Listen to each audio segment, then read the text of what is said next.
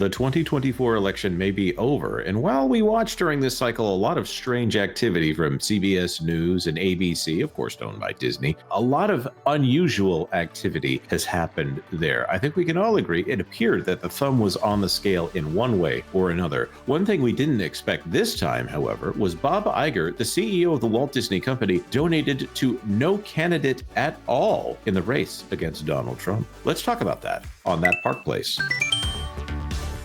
Here's a fascinating story out of a V Club, courtesy of my good friend, Culture Casino here.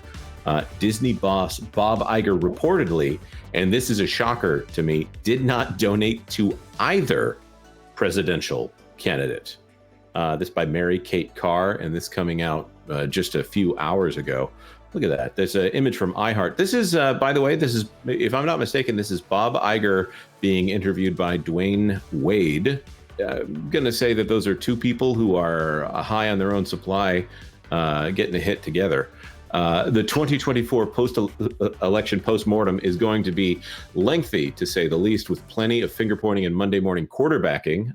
In months and years to come, there'll be speculation and studies on what went so horribly wrong for the Democrats and so incredibly right for the Republicans. I don't think it's that hard, actually. Sorting through the undoubtedly numerous factors that led to where we are today, one possible place to start would be looking at how the millionaire CEO class spent its money. Or in the case of Disney boss Bob Iger, how he didn't spend his money. According to regulatory filings via Puck News, Iger, a 2016 Hillary Clinton supporter, a 2020 Joe Biden donor, and a contributor to many of Kamala Harris's past campaigns in California, did not donate any money to either candidate. If you want to know why he decided to abstain from this particularly important election, you'd have to ask him. One theory is that the Disney CEO wanted to avoid getting the company caught in more political imbroglios after finally settling the situation with Florida Governor Ron DeSantis. Another theory is that Iger was intimidated out of entering the fray by once and future President Donald Trump's blanket threats to prosecute his enemies and investigate media organizations he doesn't like. Any volunteers to tell everyone why it's so strange for Bob Iger, of all people, to not financially support the Democrat Party? That's really interesting. Maybe he thought that Dana Walden would contribute for the both of them. That's possible. No.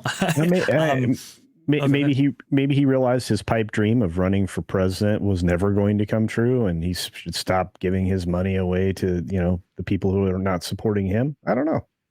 And hard facts. There you go. That's really the thing when it comes down to it. Bob Iger says that other people tried to get him to run for president. I think that he was more interested in that he wanted to indicate that he was. But this is a party that legendarily said that he was not left enough to run for president, which I wonder what they think of today. And if the Bob Iger of the Bob Iger of 2016 had run today, I don't think we would be talking about the same situation here, or maybe the Tulsi Gabbard of any time over the last 8 years if she ran. Whatever. Sorry, I don't need to go too far down that path. I don't see this as a situation where Bob Iger is scared to donate to either candidate. I don't think he's actually that scared of Donald Trump. He tends to not weigh in on the issue of Donald Trump. He'll focus on Elon Musk if he'll pretend like he doesn't care or anything like this. I think this is so strange for Bob Iger himself to not donate. Is there any situation, Culture, you would know, is there any way that he could donate to a candidate and not have it show up under his own name? Oh, yeah, I mean, he could run it through like a holding corp. He could. I mean, he could start. He could start his own PAC. He could do it through some other entity like that. But I think, for the most part, that would be overly complicated. There wouldn't be a motivation to do that, to be fair, Jonas. I mean, he like I said, outside of and again, that's indirect gifting. By establishing your own PAC as well. I mean, there's a lot of things he could do, but why would you do that? Why would you put yourself in a position to say that you didn't give any money to either party and then be caught for doing it later? That doesn't sound like there's an upside for that. You know what I mean? I agree. It's very strange to me. And the only thing I can think of is that he just personally does not like, or maybe didn't have faith in Kamala Harris, which, again, having come up with that theory on November 6th, I'm going to say that if he said that, then he's right. But he wasn't. But here's the thing: he wasn't she wasn't actually elected. She was selected. She wasn't actually a candidate that anybody voted for. I mean, he may have given money to Biden. We don't know. Maybe in that statement he could have indicated he may be just saying, "Oh, well, I didn't give to either candidate." Well, maybe he did though. Maybe he originally, funded Biden, not Harris. Well, I read that a little differently. I think you're on the right track, though, Culture. Remember how she was selected to be the candidate. Apparently, I think Obama wanted a little bit more say in that whole process than eventually he got. And that's why he was initially not super supportive of Kamala. Took a couple days to actually endorse her outright. I think there was a little bit of tension there. And we know that Obama and Bob Iger are actually pretty close pals. That could have been something where it was like, well, it's the Democratic candidate, sure, but it's not my friend's choice. So I'm not going to attribute it. That's so strange too. And I need to, first of all, let's add in a good friend of the channel here, Tom from Midnight's Edge. How's it going, Tom? Hi. Thanks for joining us.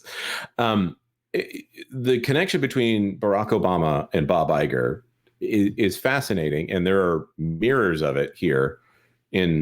This came out from the Wall Street Journal just a few days ago, and I think this is the opinion side rather than the journalistic side here. But this entire thing about the history of Dana Walden and Kamala Harris at this point. Oh, hello, Pro. Welcome to the channel. Well, hello, Jonas. Happy to be here. I wish I was as patriotic as Culture Casino. Also, what a wonderful fan he must have. Look at how smoothly that flag flows. I don't know what setting he has or what model he's purchased, but it's incredible.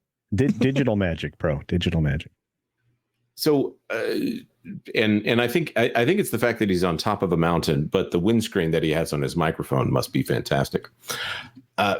With this, I look at this history and I wonder if they're trying to mirror that here with Kamala Harris and Dana Walden. I think Dana Walden's chances just of getting the CEO seat.